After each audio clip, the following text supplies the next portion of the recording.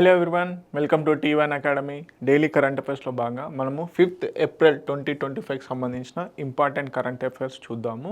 Okay, so let's see the topics. First ఏమేమి topics ఉన్నాయో చూద్దాం. సో టాపిక్స్ వచ్చేసి నెట్వర్క్ రెడీనెస్ ఇండెక్స్ అనేది న్యూస్లో ఉందండి. సో ఇండియా ఎంత ర్యాంక్ చేసింది, దీన్ని ఎవరు రిలీజ్ చేస్తారనేది చూద్దాము. అలాగే GI tag for Kannadippaya. So కేరళకు సంబంధించినటువంటి ఒక బ్యాంబూ మ్యాట్ అండి ఇది, దానికి జిఐ ట్యాగ్ ఇవ్వడం జరిగింది. సో దాని డీటెయిల్స్ చూద్దాము. అలాగే AXIM-4 మిషన్ అని చెప్పేసి న్యూస్లో ఉంది. సో ఇదేంటి అనేది చూద్దాం. అలాగే బయోలుమినిసెంట్ బ్లూమ్స్ అనేవి న్యూస్లో ఉన్నాయి. ఇవి ఎందుకు వస్తాయి, ఎక్కడ వస్తాయి, అసలు రావడానికి కారణాలు ఏంటనేది చూద్దాము. అలాగే Hungary withdraws from the international criminal court నుంచి విత్డ్రా చేసుకుంది. ఎందుకు విత్డ్రా చేసుకుంది, అసలు ఇంటర్నేషనల్ క్రిమినల్ కోర్ట్ ఏంటి అనేది చూద్దాము. అలాగే మనకి వరల్డ్ త్రిపిటక అని చెప్పేసి, త్రిపిటకాస్ తెలుసు కదా అండి, బుద్ధుని యొక్క నియమాలు నిబంధనలు అలాగే టీచింగ్ సంబంధించి బుద్ధునికి సంబంధించి ఈ త్రిపిటకాస్ అనేవి ఇంపార్టెంట్. సో దానికి ఏంటి ఈ వరల్డ్ త్రిపిటకాస్ ఏంటి అనేది చూద్దాము. అలాగే నేషనల్ మ్యారిటైమ్ డే అనేది న్యూస్లో ఉంది. Okay, straight thunder 2025A. Okay, ఈ ఎక్సర్సైజ్ ఏంటి అనేది చూద్దాము. అలాగే పూనం గుప్తా గారు మనకు డిప్యూటీ గవర్నర్ ఆఫ్ ఆర్బీఐగా అనౌన్స్ చేయడం జరిగింది, అపాయింట్ అయ్యారు. సో దాని గురించి కూడా చూద్దాం. అలాగే న్యూక్లియర్ సబ్మరైన్ ఆమ్తో కూరుకున్నటువంటి అన్స్టాపబుల్ జిక్రాన్ హైపర్సోనిక్ మిసైల్ని రష్యా లాంచ్ చేసింది. సో ఈ న్యూక్లియర్ సబ్మరైన్ ఏ క్లాస్కు సంబంధించింది, అలాగే జిక్రాన్ హైపర్సోనిక్ మిసైల్ ఏంటి అనేది చూద్దాం. Okay, so first the topic వచ్చేసి నెట్వర్క్ రెడీనెస్ ఇండెక్స్ అండి. ఈ నెట్వర్క్ రెడీనెస్ ఇండెక్స్ని ఎవరు రిలీజ్ చేస్తారు, ఎందుకు న్యూస్లో ఉందో చూద్దాం. సో మనకి United Nations conference trade and development అనే ఆర్గనైజేషను, ఏ organisation, United Nations conference trade and development అనే organisation technology and innovation report 2025ని రిలీజ్ చేయడం జరిగింది. Technology and innovation report 2025. So దీంట్లో భాగంగానే నెట్వర్క్ రెడీనెస్ ఇండెక్స్ అనేది కూడా న్యూస్లో ఉందన్నమాట. సో దీన్ని ఎవరు రిలీజ్ చేస్తారు, United Nations conference trade and development వారు. సో మేజర్గా వచ్చేసి ఈ రిపోర్ట్ ఏం చెప్తుంది, టెక్నాలజీ అండ్ ఇన్నోవేషన్ రిపోర్ట్ 2025 ఏం చెప్తుంది అంటే, India rises in frontier technologies, అంటే అడ్వాన్స్ టెక్నాలజీస్ ఏవైతే ఉన్నాయో దాంట్లో ఇన్వెస్ట్మెంట్ పరంగా కానీ టెక్నాలజీ డెవలప్మెంట్ పరంగా కానీ చూసుకున్నట్లయితే ఇండియా అడ్వాన్స్ స్టేజ్లో ఉంది అని చెప్పేసి చెప్తుంది అన్నమాట, డెవలప్మెంట్ స్టేజ్లో. సో మరి నెట్వర్క్ రెడీనెస్ ఇండెక్స్ ఎంత ర్యాంక్ ఉంది ఇండియాకి సంబంధించి, ఓవరాల్గా 170 కంట్రీస్ ఆల్ ఓవర్ వరల్డ్లో 170 కంట్రీస్కి గాను 36th పొజిషన్ వచ్చింది. సో బెటర్ ఇంప్రూవ్మెంట్స్ కనిపిస్తున్నాయి. 2022లో 48వ ర్యాంక్ ఉంటే 2024 అంటే 2025లో రిలీజ్ చేశారు కదా, ఈ 2024లో ఎంత ర్యాంక్ వచ్చిందండి, 36th ర్యాంక్ వచ్చింది. ఓకే, సో ర్యాంక్ అనేది ఇంప్రూవ్మెంట్ అవ్వడం జరిగింది. మరి దీంట్లో ఏమేం కేటగిరీస్ తీసుకుంటారు, ఓకే, ఏ కేటగిరీస్ని బేస్ చేసుకొని నెట్వర్క్ రెడీనెస్ ఇండెక్స్ను ప్రిపేర్ చేస్తారంటే, ఐసిటీ ఇన్ఫర్మేషన్ కమ్యూనికేషన్ టెక్నాలజీ, అలాగే హ్యూమన్ క్యాపిటల్ అంటే హ్యూమన్స్ పైన ఎంత ఇన్వెస్ట్మెంట్ చేస్తున్నారు టెక్నాలజీ అడ్వాన్స్మెంట్ కోసం అని చెప్పేసి, అలాగే రీసెర్చ్ అండ్ డెవలప్మెంట్ ఎంత ఇన్వెస్ట్మెంట్ చేస్తున్నారు, రీసెర్చ్ అండ్ డెవలప్మెంట్కి ఎంతవరకు పెట్టుబడులు జరుగుతున్నాయి, ఏ విధంగా కండక్ట్ చేస్తున్నారు అనేది చూస్తారు. అలాగే ఇండస్ట్రియల్ కెపాసిటీ, ఆయా దేశంలో ఉన్నటువంటి ఇండస్ట్రీస్ యొక్క కెపాసిటీ ఏ విధంగా ఉంది, టెక్నాలజీ అడాప్షన్ ఏ విధంగా ఉంది అని చూస్తారు. అలాగే finance, at the end state governments కానీ పబ్లిక్ ఆర్గనైజేషన్స్ ఎంతవరకు ఫైనాన్స్ కల్పిస్తున్నాయి అనే దాన్ని బట్టి కూడా ఈ నెట్వర్క్ రెడీనెస్ ఇండెక్స్ని కొలవడం జరుగుతుందన్నమాట. సో ఈ ఏవైతే ఈ పారామీటర్స్ ఉన్నాయో, ఈ కేటగిరీస్ ఉన్నాయో, వీటికి ఇండివిజువల్ ర్యాంకింగ్స్ కూడా ఇవ్వడం జరిగింది. సో వీటిలో కొన్నిట్లలో ఇండియా వచ్చేసి మేజర్గా అంటే అప్డేట్ అయిందన్నమాట. సో తన ర్యాంకును ఇంప్రూవ్మెంట్ చేసుకోవడం జరిగింది. ఏంటి అనేది చూస్తున్నట్లయితే, రీసెర్చ్ అండ్ డెవలప్మెంట్లో మొత్తంగా ఆల్ ఓవర్ వరల్డ్లో 3rd పొజిషన్కి వచ్చింది. ఓకే, రీసెర్చ్ అండ్ డెవలప్మెంట్ అనేది చాలా ఎక్కువగా జరుగుతుందని దీని అర్థం ఇండియాలో. అలాగే ఇండస్ట్రియల్ కెపాసిటీ కనుక చూసుకున్నట్లయితే 10th ర్యాంక్లో ఉంది. ఓకే, 10th ర్యాంక్లో ఉంది. గిట్ హబ్ డెవలపర్స్ అయితే కనుక చూసుకున్నట్లయితే 2nd పొజిషన్లో ఉంది. అలాగే ఏఐ కంట్రిబ్యూషన్స్ కనుక చూసుకున్నట్లయితే జనరేటివ్ ఏఐలో ఎక్కువగా గట్టిగా ప్రయత్నాలు జరుగుతున్నాయని చెప్తుంది ఈ రిపోర్టు. సో రీసెర్చ్ అండ్ డెవలప్మెంట్లో 3rd పొజిషన్లో ఉంది, ఇండస్ట్రియల్ కెపాసిటీలో 10th పొజిషన్లో ఉంది, గిట్ హబ్ డెవలప్మెంట్స్ ఏవైతే ఉన్నాయో, డెవలపర్స్ ఎవరైతే ఉన్నారో దాంట్లో 2nd పొజిషన్ ఉంది ఆల్ ఓవర్ వరల్డ్లో. ఓకే, మేజర్గా ఇంకెక్కడ మనకి అటెన్షన్ కావాలి అంటే ఎక్కడెక్కడ ల్యాగింగ్ ఉంది ఇండియాలో అని చూస్తున్నట్లయితే మనకి ఇన్ఫర్మేషన్ కమ్యూనికేషన్ టెక్నాలజీ రెడీనెస్ ఏదైతే ఉందో 99th పొజిషన్ ఉంది. ఓకే, అలాగే హ్యూమన్ క్యాపిటల్లో 113th పొజిషన్ ఉంది. బట్ ఇది కంపేర్ విత్ ప్రీవియస్ దాంతో పోల్చుకున్నప్పుడు ఇంప్రూవ్మెంట్ కనిపిస్తుంది. సో ఇదన్నమాట ఇండివిజువల్ ర్యాంకింగ్స్ కనుక చూసుకున్నట్లయితే ఇది ఇండస్ట్రియల్ కెపాసిటీ అండ్ R&D అంటే రీసెర్చ్ అండ్ డెవలప్మెంట్లో ఇంప్రూవ్మెంట్ కనిపించింది, అంటే బెటర్ ర్యాంకింగ్స్ ఉన్నాయి. కాకపోతే ఇంకా ఇంప్రూవ్ చేసుకోవాల్సింది ఏంటి, ICT readiness and human capital. Okay, this is all about network readiness index. ఏ ఆర్గనైజేషన్ రిలీజ్ చేస్తుంది, United Nations conference and trade development వారు రిలీజ్ చేయడం జరుగుతుంది. ఇండియాకి సంబంధించి 2024 సంబంధించి 36th ర్యాంక్ రావడం జరిగింది out of 170 countries. So this is the important. Okay, next current affair కనుక చూసుకున్నట్లయితే మనకు చపాటా మిర్చికి ఏదైతే వరంగల్కు సంబంధించి తెలంగాణలో వరంగల్కు సంబంధించి జిఐ ట్యాగ్ ఇవ్వడం జరిగింది కదండి. అలాగే మనకి కేరళకు సంబంధించి ఏ స్టేటు, కేరళకు సంబంధించినటువంటి ఈ కన్నడి పయ్య అనే దానికి జిఐ ట్యాగ్ ఇవ్వడం జరిగింది. మరి ఈ కన్నడి పయ్య ఏంటంటే ఒక బ్యాంబూ మ్యాట్ అండి. బ్యాంబూ మ్యాట్, రీడ్ బ్యాంబూ అనే ఒక రకమైనటువంటి వెదురు నుంచి తీసినటువంటి సన్నటి వాటితో ఏది మ్యాట్ను తయారు చేయడం జరుగుతుంది. సో దీని స్పెషాలిటీ ఏంటంటే దీన్ని మిర్రర్ మ్యాట్ అని కూడా అనడం జరుగుతుంది, మిర్రర్ మ్యాట్. ఓకే, ఎందుకు అంటే ఇది చాలా స్మూత్గా అండ్ రిఫ్లెక్టివ్ ఫినిష్ని కలిగి ఉంటుంది. అంటే ఒకవేళ ఆ మ్యాట్ని మనం కనుక చూస్తున్నట్లయితే అది మన ముఖాన్ని కూడా ప్రతిబింబించే విధంగా ఉంటుందన్నమాట. అందుకే దీన్ని మిర్రర్ మ్యాట్ అని కూడా అంటారు. చాలా స్మూత్గా ఉంటుంది. ఓకే, దేని నుంచి, రీడ్ బ్యాంబూ అనే దాని నుంచి తయారు చేయడం జరుగుతుంది. సో దీని స్పెషాలిటీ ఏంటంటే వింటర్లో వేడిగా ఉండడము, అలాగే సమ్మర్లో కూల్గా ఉంటుంది, ఎకో ఫ్రెండ్లీ అండ్ హ్యాండీక్రాఫ్ట్. ఇప్పుడు మనం మామూలుగా ప్లాస్టిక్ మ్యాట్స్ని ఎక్కువగా యూజ్ చేస్తున్నాం కదా, కాకపోతే ట్రెడిషనల్గా ఎకో ఫ్రెండ్లీగా ఉన్నటువంటిలో డెవలప్ చేయాలి అని చెప్పేసి ఈ కన్నడి పయ్యను జిఐ ట్యాగ్ ఇవ్వడం జరిగింది. మనందరికీ తెలుసు జియోగ్రాఫికల్ ఐడెంటిఫికేషన్ ట్యాగ్ ఎందుకు ఇస్తారు అని. ఓకే, ఏదైతే లోకల్ మేడ్ హ్యాండీక్రాఫ్ట్స్ కానీ ఒక ప్రాంతానికి గుర్తింపు తెచ్చేటువంటి ఏదైనా వస్తువు ఉన్నా ఏదైనా వ్యవసాయ ఉత్పత్తులు ఉన్నా కానీ సో దానికంటే ఒక స్పెషల్ కేటగిరీ ఇవ్వాలన్న ఉద్దేశంతోనే అలాగే అక్కడ దానికి సంబంధించి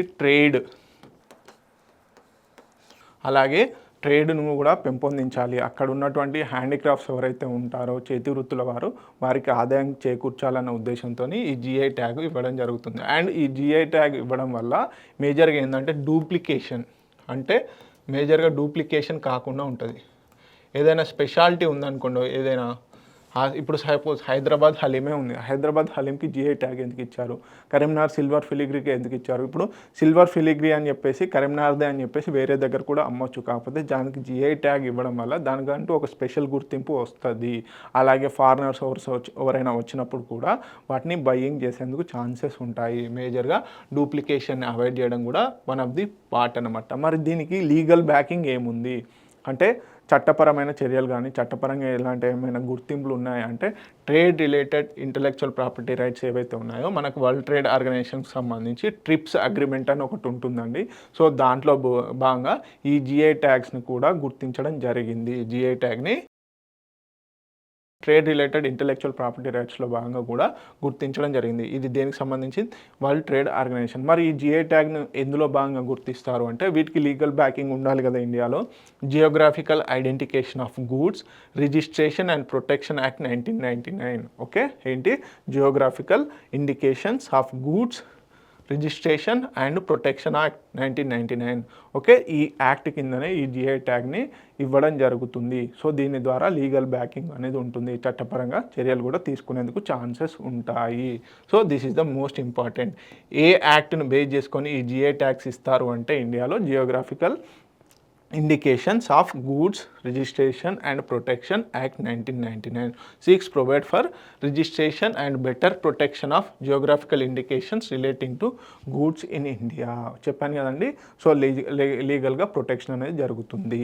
ఓకే, అలాగే ప్యారిస్ కన్వెన్షన్ అనేది ఒక కన్వెన్షన్ జరిగిందండి. ఇది మేజర్గా వరల్డ్ ట్రేడ్ ఆర్గనైజేషన్ రిలేటెడ్కి సంబంధించింది. ఈ ప్యారిస్ కన్వెన్షన్ ఏంటంటే ప్రొటెక్టింగ్ ఇండస్ట్రియల్ ప్రాపర్టీ ఒక సంస్థకు ఒక ఇండస్ట్రీకి సంబంధించిన ప్రాపర్టీ ఏదైతే ఉందో దాన్ని ప్రొటెక్ట్ చేయాలి. అలాగే జియోగ్రాఫికల్ ఇండికేషన్స్కి సంబంధించి కూడా ప్రొటెక్షన్ జరగాలి అని చెప్పేసి ఈ ప్యారిస్ కన్వెన్షన్ జరిగింది. ఓకే, ప్యారిస్ కన్వెన్షన్ దేనికి సంబంధించిందంటే జియోగ్రాఫికల్ ఇండికేషన్స్కి ప్రొటెక్షన్ ఇవ్వాలి అని చెప్పేసి. సో దీంట్లో మేజర్గా ఆర్టికల్స్ 1 సబ్ క్లాస్ 2 అలాగే ఆర్టికల్ 10 వీటిని కూడా ప్రొటెక్టింగ్ చేయాలని చెప్తున్నాయి. Okay, this is all about geographical indications. Okay, మేజర్గా కన్నడి పయ్య రీసెంట్గా మనకు తెలంగాణలో కూడా దీనికి చపాటా మిర్చికి రావడం జరిగింది. ఆల్రెడీ ప్రీవియస్ క్లాస్లో చెప్పడం జరిగింది కూడా. ఓకే, నెక్స్ట్ వచ్చేసి యాక్సియోమ్ మిషన్, యాక్సియోమ్ 4 మిషన్ అనేది న్యూస్లో ఉంది.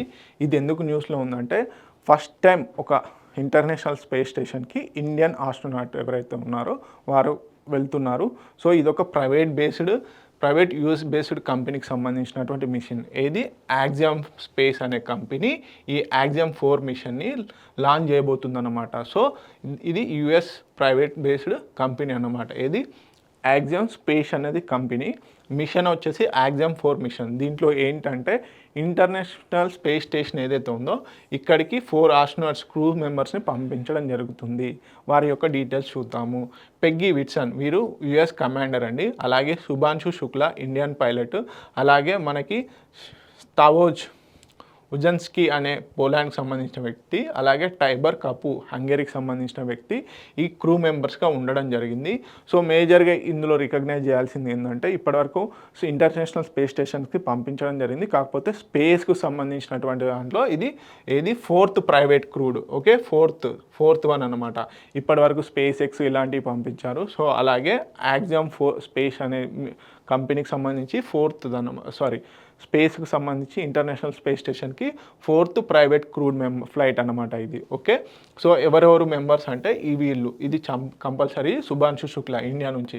So he is the first member to going Indian origin కాకుండా ఇండియా నుంచి ట్రైన్ అయి పంపబడినటువంటి వ్యక్తి ఎవరైనా ఉన్నారు అంటే Shubhanshu Shukla Indian pilot. Okay, so India యొక్క రోల్ ఏంటంటే first Indian astronaut on commercial international space flight. Okay, private space ఆర్గనైజేషన్తో కొలాబరేట్ అయి వెళ్తున్నటువంటి మొట్టమొదటి ఆస్ట్రోనాట్ ఇండియన్ ఆస్ట్రోనాట్ ఎవరైనా ఉన్నారు అంటే అది శుభాంశు శుక్లా గారు. ఇది గుర్తుపెట్టుకోవాలి, ఇది చాలా ఇంపార్టెంట్ పాయింట్. అలాగే group captain Shubhanshu Shukla Indian air ఫోర్స్లో. ఓకే, అలాగే ఇస్రోకి సంబంధించి ఏమేమి ఎక్స్పెరిమెంట్స్ చేస్తుంది. యాక్చువల్గా మనకు గగన్యాన్ మిషన్ ఏదైతే ఉందో క్రూ మెంబర్స్ని పంపించాలి కదా స్పేస్కి.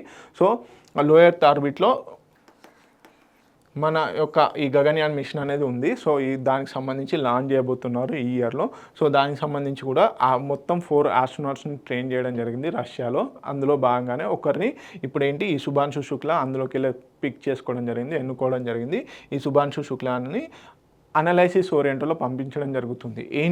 మేజర్గా ఇస్రోకి సంబంధించి హ్యూమన్ హెల్త్, విజను, కాగ్నిషను, అలాగే మజిల్ ఫంక్షన్ ఏ విధంగా ఉంది అని అండర్స్టాండ్ చేసుకోవడం, రీసెర్చ్ చేసుకోవడం కోసం అని చెప్పేసి చేస్తున్నారు. అలాగే ప్లాంట్ గ్రోత్, సీడ్ జెర్మినేషన్ ఏ విధంగా ఉంది అని చెప్పేసి తెలుసుకోవడం అని చెప్పేసి ఈ మిషన్ యొక్క మెయిన్ ఇంటెన్షన్ అనమాట. సో యాక్సియోమ్ 4 మిషన్ అనేది క్రూ మెంబర్స్ 4 ఇంటర్నేషనల్ స్పేస్ స్టేషన్కి పంపించడం. అలాగే 4th ప్రైవేట్ ఫ్లైట్ అన్నమాట. Flight in the sense space shuttle. Okay, so this is all about Axiom 4 మిషన్కి అన్నమాట. సో ఎవరు ఇండియా నుంచి శుభాంశు శుక్లా. ఓకే, నెక్స్ట్ కనుక చూసుకున్నట్లయితే మనకి బయోలుమినిసెంట్ బ్లూమ్ అనేది చెప్పేసి కొచ్చిలో రీసెంట్గా న్యూస్లో ఉందండి. కొచ్చిలో ఇది రావడం జరిగింది. ఈ బయోలుమినిసెంట్ బ్లూమ్ అంటే ఏంటి, అసలు ఎందుకు వస్తుంది అని చెప్పేసి చూద్దాం. మనము సముద్రాలను కనుక పరిశీలించినప్పుడు నైట్ టైంలో కూడా నార్మల్గానే ఉంటాయి, కానీ ఒకానొక టైంలో ఒక బ్లూమ్ అనేది వస్తుంది, అంటే ఒక బ్లూ కలర్ బ్లూమ్ అనేది వస్తుంది. అది ఎందుకు వస్తుంది, అది ఏంటి అనేది చూద్దాం. యాక్చువల్గా నైట్ టైంలో ఈ తీర ప్రాంతాల్లో ఈ వాటర్ అనేది ఇట్లా బ్లూగా మారడం జరుగుతుంది, ఒక బ్లూమింగ్ అనేది జరుగుతుంది, మినుకుమంటూ. మరి ఇది ఎందువల్ల అవుతుంది, అసలు ఏంటి అనేది చూద్దాం. మేజర్గా ఈ బయోలుమినిసెంట్ బ్లూమ్ అనేది చూడడానికి బాగుంటుంది, అంటే వీక్షించడానికి ఓకే, కానీ ఎన్విరాన్మెంటల్ పరంగా, మెరైన్ ఎకోసిస్టమ్ పరంగా ఇది డేంజర్ అన్నమాట. ఎందుకు ఏంటి అనేది చూద్దాం. ఓకే, మేజర్గా వచ్చేసి ఇది కొచ్చిస్ బ్యాక్ వాటర్స్లో ఇది కొచ్చి దగ్గర రావడం జరిగింది. అలాగే visually captivating as emerged as a cause of concerns to the detrimental impact. Marine ecosystem మీద చెప్పాను కదండి, మెరైన్ ఎకోసిస్టమ్ మీద ఇంపాక్ట్ చూపిస్తుంది ఏంటి అనేది చూద్దాం. యాక్చువల్గా లైట్ ఎమినేటింగ్ ఫినామినా. ఓకే, చెప్పాను కదా, మామూలుగా మినుకు మంటా ఉంటుంది. సో దీన్ని లోకల్ పేరులో కవరు అని పిలుస్తారు. ఇది ఇంపార్టెంట్. ఓకే, మేజర్గా వచ్చేసి ఇది ఎందుకు అంటే మైక్రోస్కోపిక్ ఆర్గానిజమ్స్ ఏవైతే ఉంటాయో అవి గ్లో అవుతూ ఉంటాయి. ఈ మైక్రో ఆర్గానిజం ఎలా అవుతాయి, ఎందుకు వస్తాయి అనేది కనుక చూసుకున్నట్లయితే మనకి మేజర్గా యూట్రోఫికేషన్ అనేది తెలుసు కదండి. మన ఫర్టిలైజర్స్, ఇంట్లలో వాడేటువంటి వేరియస్ కెమికల్స్ అన్నీ కూడా వెళ్ళి సముద్రంలో కలవడం వల్ల అక్కడ ఎక్కువగా అన్నెసెసరీ ఎనర్జీ అనేది ఫామ్ అయ్యి అక్కడ ఆల్గల్ బ్లూమ్స్ అనేటివి ఫామ్ అవ్వడానికి ఛాన్సెస్ ఎక్కువగా ఉంటాయి. సో ఈ ఆల్గల్ బ్లూమ్స్ ఫామ్ అవ్వడం వల్ల ఇవి ఎక్కువగా ఆ తీరరేఖ ప్రాంతంలో ఎక్కువగా ఫామ్ అవ్వడం వల్ల ఎక్కువగా ఏమవుతుంది అంటే మనకి ఈ డిస్ట్రప్షన్ అనేది కనబడుతూ ఉంటుంది. సో ఇది చాలా డేంజర్. ఈ ఆల్గల్ బ్లూమ్స్ ఒక ఏరియాలో ఎక్కువగా ఉన్నాయి అంటే ఆ ఏరియాలో హైపాక్సీ ఏదైతే ఉంటుందో, హైపాక్సియా అంటే ఆక్సిజన్ లేనటువంటి కండిషన్స్ని క్రియేట్ చేయడం జరుగుతుంది. మనకు biological oxygen demand, chemical oxygen demand అనేది చదువుకున్నాం. కానీ ఇది ఎందువల్ల, ఈ ఆల్గల్ బ్లూమ్ వల్లనే ఎక్కువగా బయాలజికల్ ఆక్సిజన్ డిమాండ్ అనేది క్రియేట్ అవుతూ ఉంటుంది. సో ఈ బయాలజికల్ ఆక్సిజన్ డిమాండ్ ఎందుకు క్రియేట్ అవుతుంది? మేజర్గా ఆల్గల్ బ్లూమ్ ప్రజెన్స్ వల్ల. ఆల్గల్ బ్లూమ్ ఏ విధంగా ప్రజెంట్ అవుతుంది? యూట్రోఫికేషన్ వల్ల, మేజర్గా ఫర్టిలైజర్స్, అలాగే ఇండ్లలో వాడే కెమికల్స్, సీవేజెస్ వల్ల, అలాగే ఇండస్ట్రియల్ వేస్ట్, ఇదంతా కూడా కలిసి ఒకే దగ్గర చేరడం వల్ల అక్కడ వాటర్లో అన్నెసెసరీ ఎక్కువ ఎనర్జీస్ క్రియేట్ చేసి అవి ఆల్గల్ బ్లూమ్స్కి ఫామ్ అవ్వడానికి ఛాన్సెస్ క్రియేట్ చేస్తాయి అన్నమాట. మరి ఇవెందుకు? ఈ ఆల్గల్ బ్లూమ్ ఇది ఒక ఇండికేషన్ అనమాట. సో ఆల్గల్ బ్లూమ్ ఎక్కువగా ఫామ్ అయితే అక్కడ హైపాక్సియా అంటే ఆక్సిజన్ లేని ప్రాంతాన్ని క్రియేట్ చేస్తాయి. అవి మెరైన్ ఎకోసిస్టమ్కి ఇబ్బంది కలిగించడం వల్ల ఫిషెస్, అలాగే మెరైన్ లైఫ్ ఏదైతే ఉంటుందో అది దెబ్బతినేందుకు ఛాన్సెస్ ఉంటాయి. సో ఇది మేజర్గా దేనికి ఇండికేషన్ అంటే అక్కడ ఎక్కువగా ఉప్పు ఎక్కువగా ఉందని, హై సాలినిటీ, అలాగే వాటర్ టెంపరేచర్స్ ఎక్కువగా ఉన్నాయి అని చెప్పేసి, అలాగే టర్బిడిటీ ఎక్కువగా ఉంది అని చెప్పేసి ఇండికేషన్ అనమాట. సో ఈ ఏదైతే బ్లూమ్స్ వస్తాయో, సో ఈ బ్లూమ్స్ రావడం వల్ల ఈ 3 ఇండికేషన్స్ అనేవి కనబడతాయి: హై సాలినిటీ, వామ్ టెంపరేచర్స్, టర్బిడిటీ. సో చెప్పాను కదా, హార్మ్ఫుల్ ఆల్గల్ బ్లూమ్స్ అనేవి ఫామ్ అవడం వల్ల హైపాక్సియా, ఫిష్ డెత్స్, అలాగే బయోడైవర్సిటీ లాస్ అనేది జరుగుతుంది. మరి ఎలాంటి కెమికల్స్ రిలీజ్ అవుతాయి మేజర్గా వచ్చేసి కనుక చూసుకున్నట్లయితే న్యూరోటాక్సిన్స్ అని, హెపటోటాక్సిన్స్ అని, డెర్మటోటాక్సిన్స్ అని చెప్పేసి ఇవి మనకి హ్యూమన్స్ హెల్త్కి అలాగే మెరైన్ లైఫ్కి చాలా డేంజర్ అన్నమాట. So this is the important for all about bioluminescent. Okay, చాలా ఇంపార్టెంట్ అండి ఇది. అలాగే కొన్ని ఏరియాస్లో రికరెంట్గా అంటే కంటిన్యూస్గా ఫామ్ అవుతూ ఉన్నాయి. ఆ ఏరియాస్ ఏంటి అని కనుక చూసుకున్నట్లయితే తిరువన్మియూర్, అలాగే జూహు అంటే చెన్నై, ముంబై, బంగారం ఎక్కడ లక్షద్వీపు, బేత్లా బాతిం గోవాలో ఇక్కడ ఎక్కువగా కంటిన్యూస్గా అవుతూ ఉన్నాయి. సో ఇది మెరైన్ ఎకోసిస్టమ్కి మంచిది కాదు అని ఇండికేషన్ అనమాట. చూడ్డానికి మాత్రం బాగుంటుంది, నీటిలో మినుకుమంటూ ఒక బ్లూ కలర్ తీసుకురావడం జరుగుతుంది నైట్ టైంలో. కాకపోతే ఏంటంటే ఇది మంచిది కాదు. ఓకే, నెక్స్ట్ కనుక చూసుకున్నట్లయితే మనకి ఇంటర్నేషనల్ క్రిమినల్ కోర్ట్ అనే న్యూస్లో ఉందండి. ఈ ఇంటర్నేషనల్ క్రిమినల్ కోర్ట్ ఎందుకు న్యూస్లో ఉంది, యాక్చువల్గా దీని ఇంపార్టెన్స్ ఏంది అనేది చూద్దాం. మేజర్గా బెంజమిన్ నెతన్యాహు గారు, ఇజ్రాయెల్ ప్రెసిడెంట్ ప్రైమ్ మినిస్టర్ ఎవరైతే ఉన్నారో వారు హంగేరీని విజిట్ చేయబోతున్నారు అనమాట. సో హంగేరీని విజిట్ చేస్తే మరి ఇంటర్నేషనల్ క్రిమినల్ కోర్ట్ ఎందుకు న్యూస్లో ఉంది అనేది ఇప్పుడు మనం ఆలోచించాల్సిన విషయం అన్నమాట. కరెంట్ అఫైర్స్లో భాగంగా మేజర్గా వచ్చేసి Hungary is part of the international criminal court. Okay, international criminal కోర్టులో హంగేరీ అనేది మెంబర్గా ఉంది. ఈ ఇంటర్నేషనల్ క్రిమినల్ కోర్టు ఎవరిపైన అరెస్ట్ వారెంట్ కనుక ఇష్యూ చేసినట్లయితే ఆ అరెస్ట్ వారెంట్ చేసినటువంటి వ్యక్తి వేరే దేశానికి వెళ్ళినటువంటి సందర్భంలో అక్కడ అరెస్ట్ చేసేందుకు ఛాన్సెస్ ఉంటాయి, అందులో కనుక మెంబర్ అయి ఉంటే. ఓకే, ఇంటర్నేషనల్ క్రిమినల్ కోర్టులో మెంబర్ అయి ఉంటే కనుక ఆ దేశం ఆ వ్యక్తిని కంపల్సరీగా అరెస్ట్ చేయాలన్నమాట. అయితే ఈ మనకి ఇజ్రాయెల్ హమాస్ కాన్ఫ్లిక్ట్ ఏదైతే ఉందో, సో అప్పుడు యుద్ధం ప్రకటించిన తరుణంలో ఇంటర్నేషనల్ క్రిమినల్ కోర్టు ఏం చేసిందంటే లాస్ట్ ఇయర్ నవంబర్ మంత్లో ఈ బెంజమిన్ నెతన్యాహు ఎవరైతే ఉన్నారో ఈ బెంజమిన్ నెతన్యాహు పైన అరెస్ట్ వారెంట్ అనేది రిలీజ్ చేసిందనమాట లాస్ట్ ఇయర్ నవంబర్లో. ఓకే, అందువల్ల ఇప్పుడు ఆయన ఏదైనా దేశానికి వెళ్ళాలనుకుంటే డెస్టినేషన్ నేషన్ ఒకవేళ ఇంటర్నేషనల్ క్రిమినల్ కోర్టులో మెంబర్ అయి ఉంటే అతన్ని కంపల్సరీగా అరెస్ట్ చేయాలి. అయితే ఇప్పుడు రీసెంట్గా హంగేరీని విజిట్ చేయబోతున్నారన్నమాట. ఎవరు? బెంజమిన్ నెతన్యాహు గారు. అందుకని చెప్పేసి ఇప్పుడు హంగేరీ ఏం చేస్తుంది అంటే ఈ ఇంటర్నేషనల్ క్రిమినల్ కోర్ట్ నుంచి విత్డ్రా చేసుకుంటుంది, అంటే బయటికి రావడం జరుగుతుంది. అందుకని చెప్పేసి ఇంటర్నేషనల్ క్రిమినల్ కోర్ట్ అని న్యూస్లో ఉంది. ఓకే, అది ఎలా ఏర్పడింది, అసలు విత్డ్రా మెకానిజం ఏంటి అనేది చూద్దాం మేజర్గా. ఓకే, బెంజమిన్ నెతన్యాహు గారి పైన ఈ బుదాపెస్ట్ను విజిట్ చేయబోతున్నారు, హంగేరీ రాజధాని. ఓకే, అక్కడ విజిట్ చేసే తరుణంలో హంగేరీ మేజర్గా బెంజమిన్ నెతన్యాహుని అరెస్ట్ చేయకూడదు అన్న ఉద్దేశంతో ఏది ఇంటర్నేషనల్ క్రిమినల్ కోర్ట్ నుంచి బయటికి రావడం జరుగుతుంది. Okay, that is the major issue అన్నమాట. ఓకే, విత్డ్రాల్ చేసుకుంది. ఓకే, మరి విత్డ్రాల్ మెకానిజం ఏ విధంగా ఉంటుందంటే 1 year after submission United nations secretary general ఎవరైతే ఉంటారో వారికి సబ్మిషన్ చేశాక ఈ విత్డ్రాల్ మెకానిజం అనేది జరుగుతూ ఉంటుంది 1 year తర్వాత. అలాగే రీసెంట్గా బురుండి, ఫిలిప్పైన్స్ ఎవరైతే ఉన్నారో వీళ్ళు ఈ ఇంటర్నేషనల్ క్రిమినల్ కోర్ట్ నుంచి విత్డ్రా చేసుకోవడం జరిగింది. అలాగే ఇప్పుడు హంగేరీ కూడా అదే బాటలో ఉంది. ఓకే, మరి ఇంటర్నేషనల్ క్రిమినల్ కోర్ట్ ఏ విధంగా పనిచేస్తుంది, ఎప్పుడు ఏర్పడింది, ఏ స్టాచ్యూ ప్రకారం వర్క్ చేస్తుంది, దీని హెడ్ క్వార్టర్స్ ఎక్కడ అనేది చూద్దాం. మేజర్గా only permanent international criminal tribunal అన్నమాట. సో క్రిమినల్ రిలేటెడ్ ఇంటర్నేషనల్ పరంగా ఏదైనా పర్మనెంట్ కోర్ట్ ఉంది అంటే ఇంటర్నేషనల్ క్రిమినల్ కోర్ట్ అదొక్కటే. ఎక్కడ ఉంది? ఇది ది హేగ్, నెదర్లాండ్స్లో ఉంది.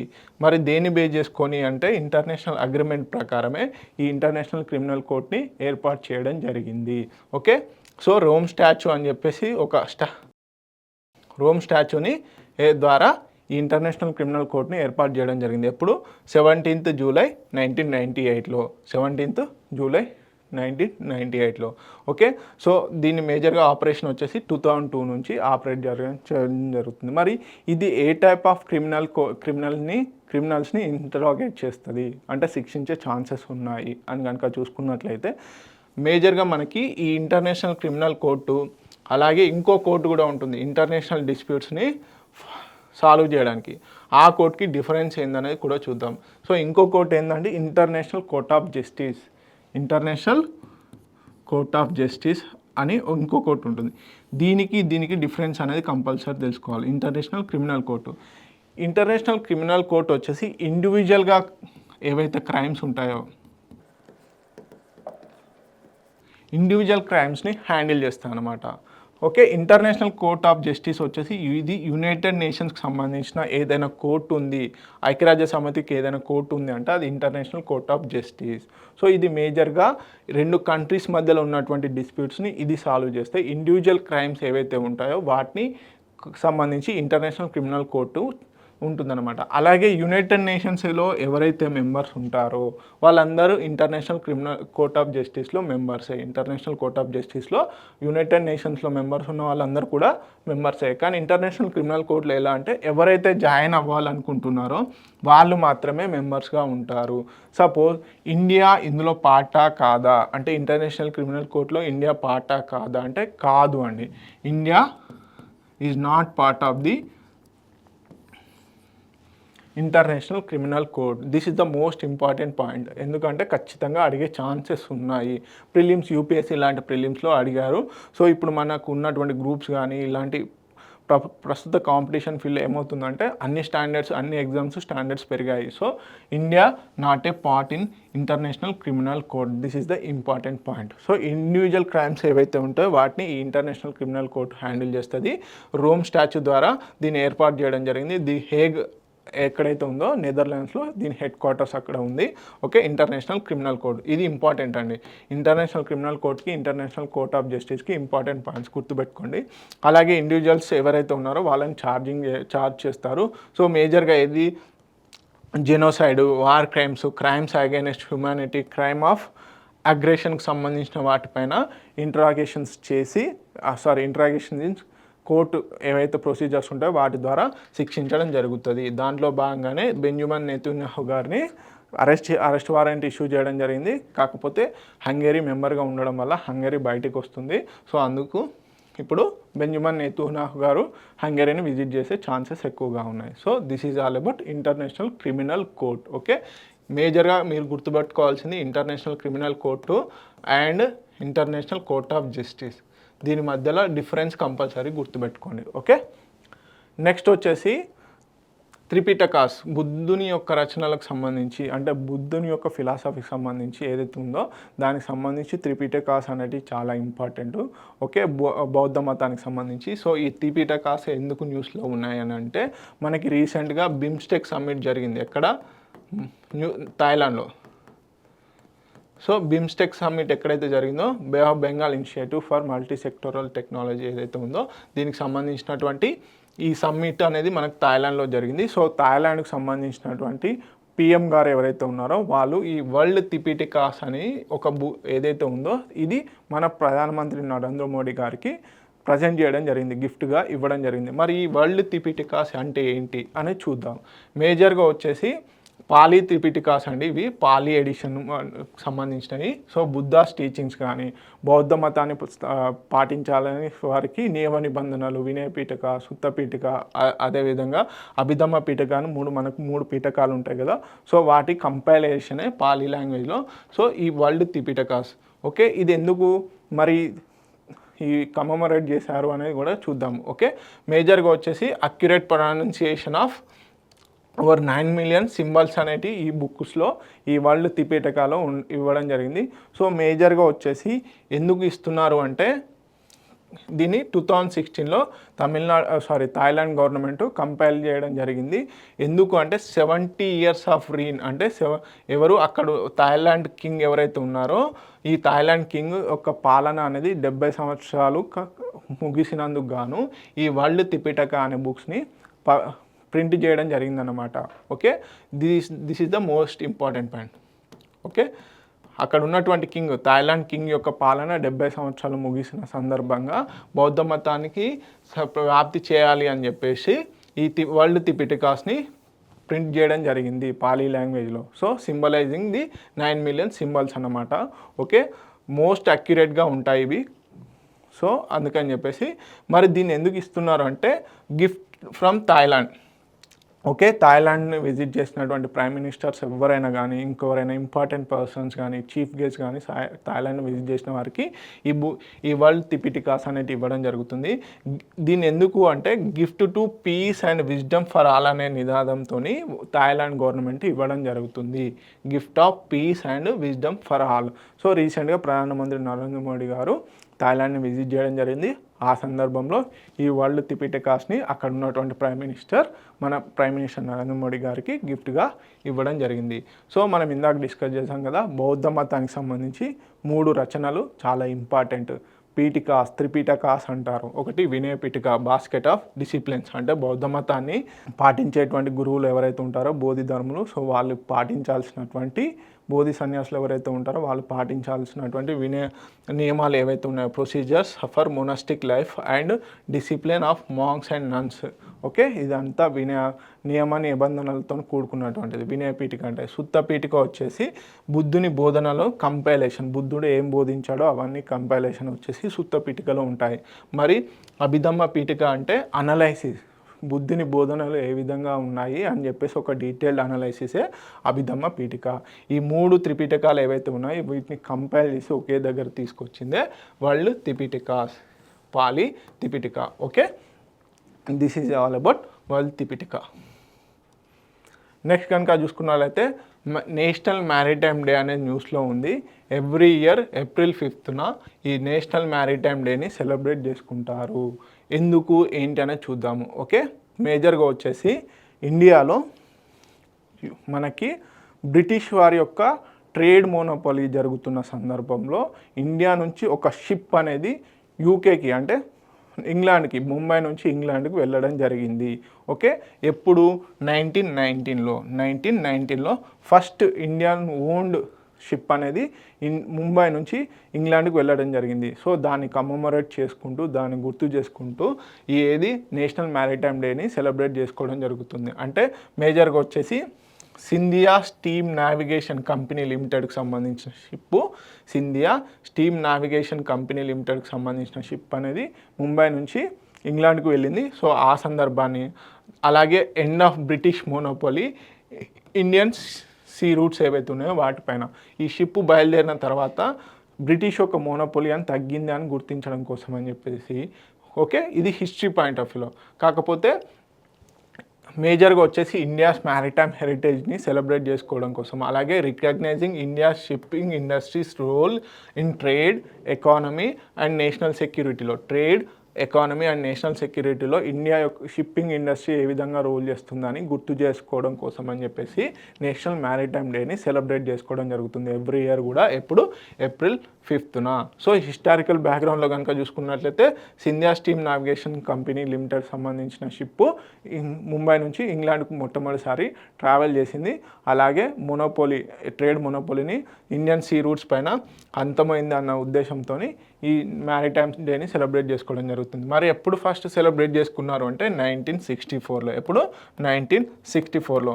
మరి ఎందుకు అనేది కనుక చూసుకున్నట్లయితే, దీని యొక్క ప్రాముఖ్యత కనుక చూసుకున్నట్లయితే, హానర్స్ ది సీఫేరర్స్ ఎవరైతే ఉంటారో, అలాగే మ్యారిటైమ్ ప్రొఫెషనల్స్ ఎవరైతే ఉంటారో వాళ్ళ యొక్క కాంట్రిబ్యూషన్ని మనం గుర్తు చేసుకోవాలన్న ఉద్దేశంతో, అలాగే promotes maritime safety, sustainability, innovation, అలాగే highlights the strategic and economic value of maritime trade. మేజర్గా ఇలాంటి ఏదైతే గుర్తు చేసుకొని వాళ్ళ యొక్క కాంట్రిబ్యూషన్ గుర్తు చేసుకోవడం కోసం అని చెప్పేసి నేషనల్ మ్యారిటైమ్ డేని సెలబ్రేట్ చేసుకోవడం జరుగుతుంది. Okay, important.